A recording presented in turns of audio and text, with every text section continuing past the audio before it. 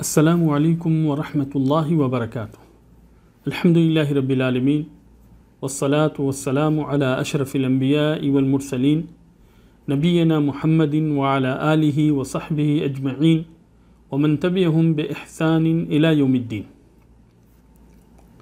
یہ خبر سن کر سارے لوگوں کو بہت خوشی ہوئی اور اللہ کی اس رحمت پہ خوش ہونا بھی لازمی ہے۔ قل بفضل اللہ وبرحمتہ فبذلک فلیفرحوا هو خیر مما یجمعون۔ آپ کہہ دیجئے کہ لوگوں کو بس اللہ کے اس فضل اور رحمت پر خوش ہونا چاہیے، یہ اس سے بدرجہ بہتر ہے جس کو وہ جمع کر رہے ہیں۔ یقیناً وہ لمحہ بہت ہی خوشگوار تھا جب ملک انسانیت ملک سلمان بن عبدالعزیز حفظہ اللہ کا آرڈر آیا کہ جمعہ اور جماعت کے لیے مسجدیں کھول دی جائیں۔ انشاءاللہ 8 شوال سے مملکت سعودی عرب کے اندر مکہ مکرمہ کی مساجد کے علاوہ باقی ساری مسجدیں کھولی جا رہی ہیں، اور اس سے متعلق وزارت برائے مذہبی امور کی جانب سے کچھ ہدایتیں جاری ہوئی ہیں۔ انہی میں سے ایک ہدایت یہ ہے کہ 2 نمازیوں کے بیچ 2 میٹر کا فاصلہ ہو اور 2 صفوں کے درمیان ایک صف خالی رہے۔ تو کیا باجماعت نماز پڑھتے ہوئے اس طرح صف بندی کرنا درست ہے؟ آئیے اس موضوع پر گفتگو کرنے سے قبل ہم یہ جان لیتے ہیں کہ صف کی درستگی کا کیا حکم ہے۔ صفوں کی درستگی سے متعلق نبی کریم صلی اللہ علیہ وسلم سے جو احادیث وارد ہیں ان میں کچھ کے اندر امر یعنی حکم تو کچھ کے اندر وعید یعنی سزا کی دھمکی ہے۔ جیسا کہ نبی کریم صلی اللہ علیہ وسلم سے انس رضی اللہ تعالی عنہ روایت کرتے ہیں کہ آپ صلی اللہ علیہ وسلم نے فرمایا سووا صفوفکم فإن تسویۃ الصفوف من تمام الصلاۃ۔ صحیح بخاری 723۔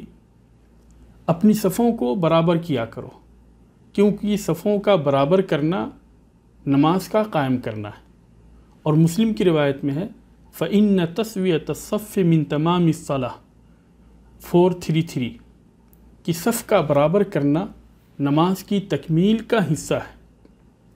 اور نعمان ابن بشیر رضی اللہ تعالی عنہما سے روایت ہے کہ نبی کریم صلی اللہ علیہ وسلم نے فرمایا لَتُسَوُّنَّ صُفُوفَكُمْ أَوْ لَيُخَالِفَنَّ اللَّهُ بَيْنَ وُجُوهِكُمْ۔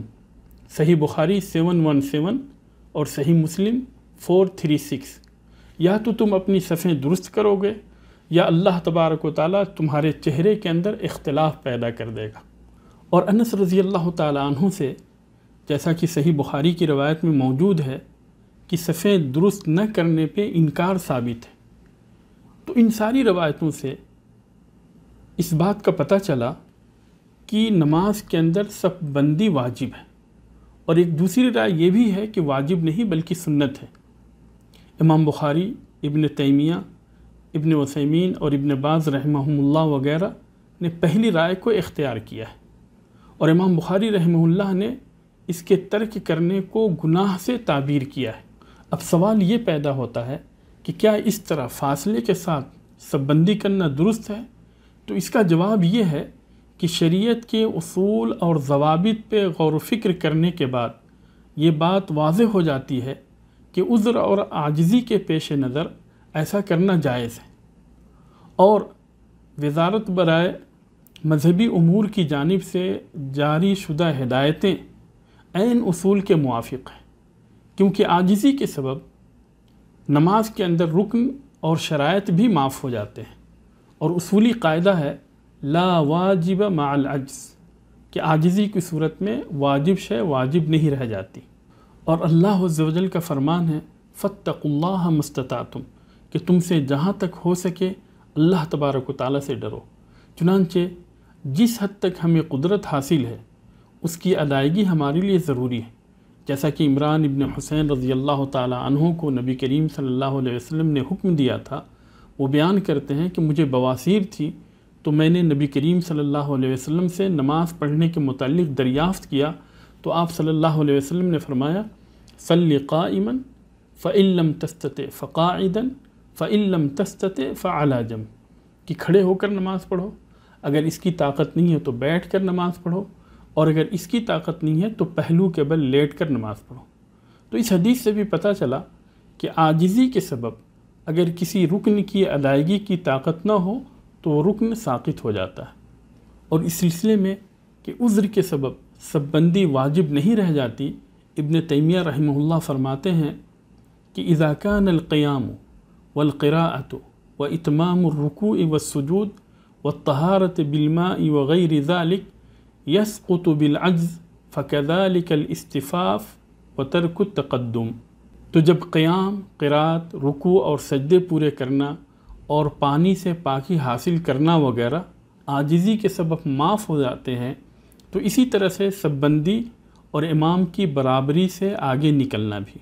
تو ان ساری باتوں کا خلاصہ یہ ہے کہ وزارت کی طرف سے جو ہدایتیں جاری ہوئی ہیں وہ عین اصول کے موافق ہیں، اور ضرورت کے پیش نظر اس طرح سب بندی کر کے نماز پڑھنے میں کوئی حرج کی بات نہیں ہے۔ اللہ تبارک و تعالیٰ سے دعا ہے کہ اللہ تبارک و تعالیٰ ہمیں صحیح طور پہ دین کو سمجھنے اور اس کے مطابق عمل کرنے کی توفیق عطا فرمائے۔ اللہ تبارک و تعالیٰ ہمارے اعمال کو قبول فرمائے، جب تک ہمیں اس دنیا کے اندر زندہ رکھے اسلام پہ زندہ رکھے، اور جب ہمیں وفات دے اسلام پہ وفات دے۔ آمین۔ وآخر دعوانا ان الحمد للہ رب العالمین۔